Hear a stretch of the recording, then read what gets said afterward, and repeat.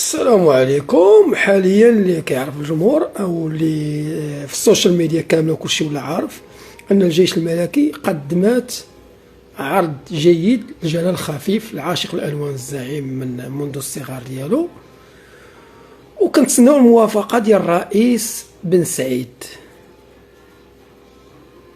واللي واحد الوقت قال لهم الجيش الملكي هو الاخ الاكبر لاتحاد يعقوب منصور، وبين لنا السي بن سعيد باش نعرفوا بانك كنتي كتقولها من قلبك وانك بصح كتعتبر فريق الجيش الملكي الاخ الاكبر لفريق اتحاد يعقوب منصور اللي هو الفريق ديالك.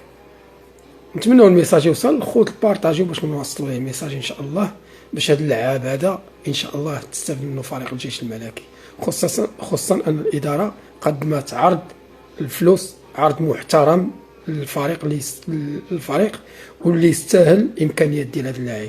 تحياتي لكم، البارطاج باش نشوفوا الاخ الاصغر واش غيدير معنا زوين.